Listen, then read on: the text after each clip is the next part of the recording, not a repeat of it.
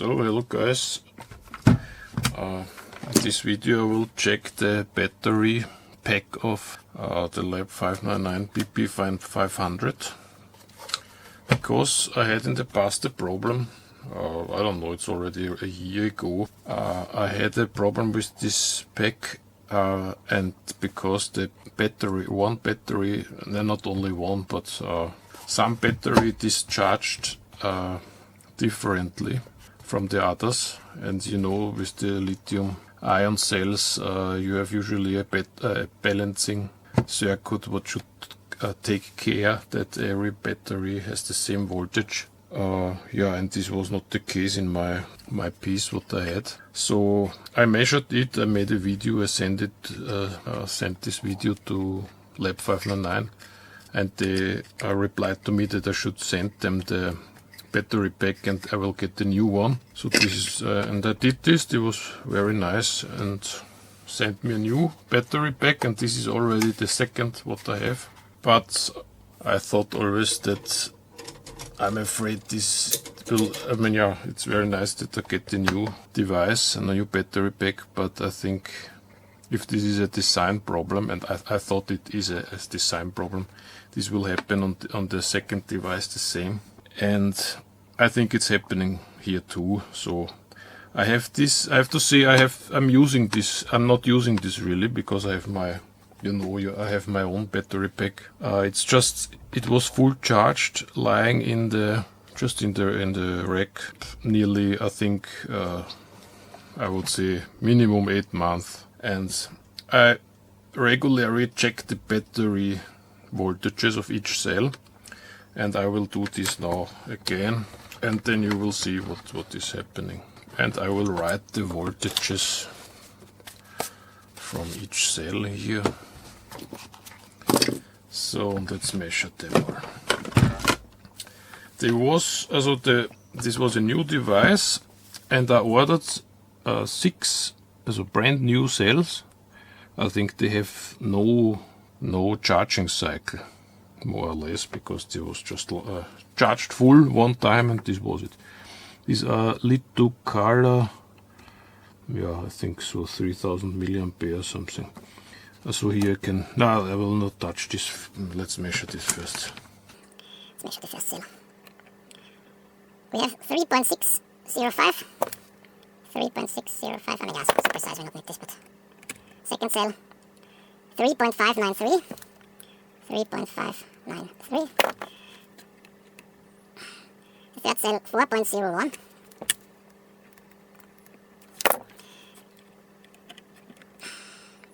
4.07. 3.97.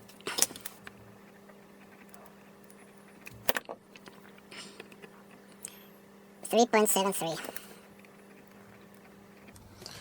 So, and as you can see, there is quite a lot difference between the cells. So the highest cell is this here, 4.07, nearly the same as this, 4.01. And the lowest cell is this here with 3.593. So we have 0.4 volts difference. This is too much. And I can already tell you what happened in my previous BP-500 pack, what I sent to them. One cell, I think one, maybe was it 2, I'm not sure. I think one cell died completely. It was not rechargeable anymore, it was really dead. Now it's better. 3.59. The next one, 3.57, all okay. And this cell, 1.5. It is charged completely, this cell. Measuring the other ones, 3.5. 3.57. I think they are in parallel here. Yeah. 3.508. Yeah. This is strange, look at that. 1.5 volt. I'm removing this cell. 1.5. So, not sure if, I mean, I cannot say for sure that this will happen here again, but it looks like that this will continue dropping, and at some point this is so discharged that cell is dying. So yeah, this is not really good. But I mean, good is if you know the problem. This is why I'm posting this video. I not wanted really to do this. I not have anything against Lab 509. I think they're still making great products. But I mean, you can fix this when if you have a BP-500, just look from time to time to the cells, measure them, and if they are like this too far off, then would remove them, charge it externally, and put it back in the place, also in the battery pack. What I will do now is I will close this and charge it overnight, and we will see tomorrow if this voltage differences are getting smaller with the charging. Because it can be that the charger takes care about this theoretically and fixes this problem. But it's still not good, because the battery cells should not discharge like this. I can show you, for example, and this raises for me generally a question. And the reason why I measured this, because I always have a bad feeling with these lithium-ion cells, with these balancing circuits especially. There are so many out there what's making more problems than it's really useful. And this is really a good question, in my opinion. So I will charge this overnight. So I will just connect here the charger, also not externally charging the battery cells. I'm just connecting here the charger.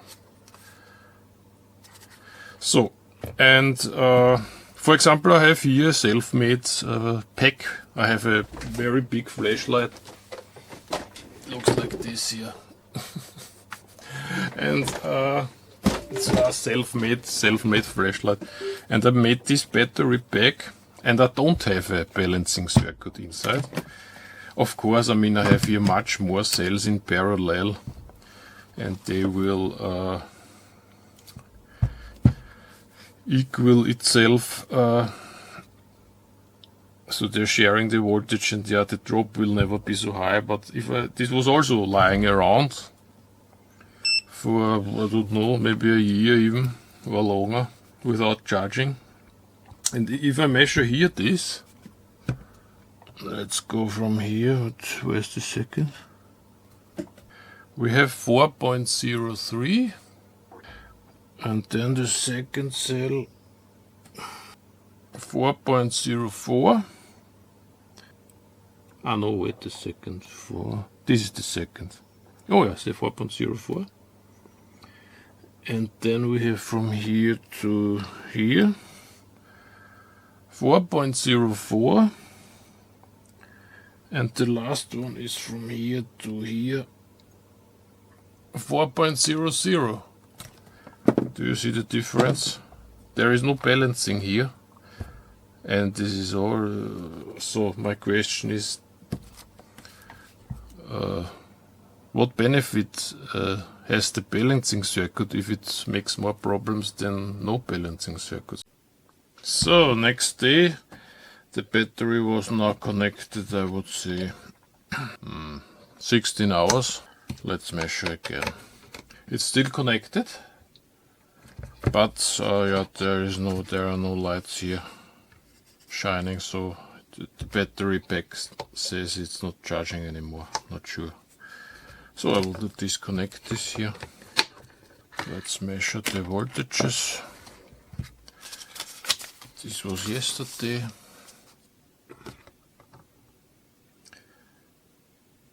.69,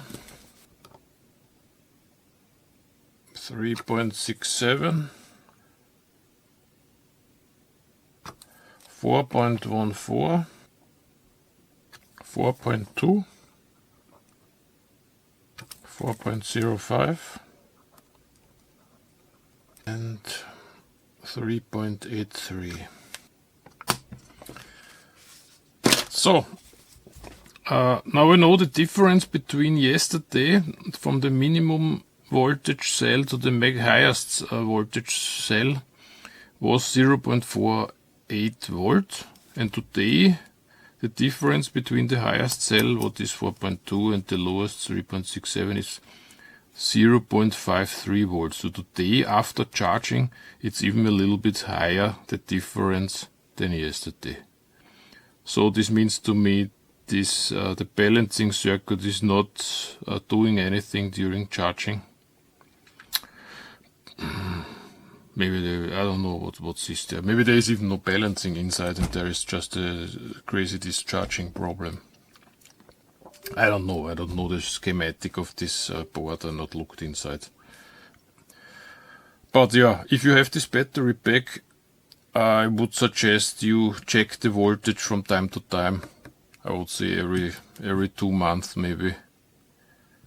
And check the voltage. If the difference from the highest to the lowest is maybe more than 0.2 volt, I would charge it externally. Remove the cells, charge it on somewhere else, also externally, and put it back in, that you not run into the danger to damage maybe a cell or two. Yeah, this was it. Unfortunately, not better news than this. I also I would not bother the write emails to Lab509 for replacing this. This is not. I don't think this will be fixed. Like I said, this is my second device. It seems like it's the same.